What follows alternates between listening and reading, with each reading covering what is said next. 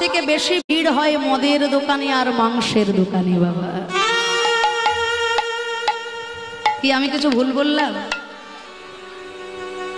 আজকাল গ্রামে গঞ্জেও ওই ব্যাধিটা ছড়িয়ে পড়েছে। বাবা বলে আজ তো আনন্দের দিন, আজ খাবো না কবে খাবো, খেলবো হোলি রং দেব না, তাই কখনো হয়? হ্যাঁ, হতভাগা বাঙালি। দোল পূর্ণিমা তিথিতে আমি আমার ঘরের ছোট্ট ছেলেটার হাতে একটা মালা তুলে দিয়ে বললাম না, আজকে চৈতন্য মহাপ্রভুর আবির্ভাব তিথি, তার গলায় একটা মালা পরিয়ে দাও।